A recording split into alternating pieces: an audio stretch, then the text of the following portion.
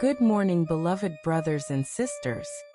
The word for today, Tuesday, February 17th, 2026, is from Deuteronomy 29, verse 29.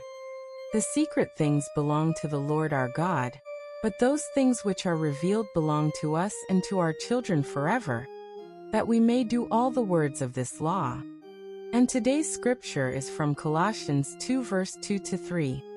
They shall understand the knowledge of the mystery of God, both of the Father and of Christ, in whom are hidden all the treasures of wisdom and knowledge. Have a blessed day.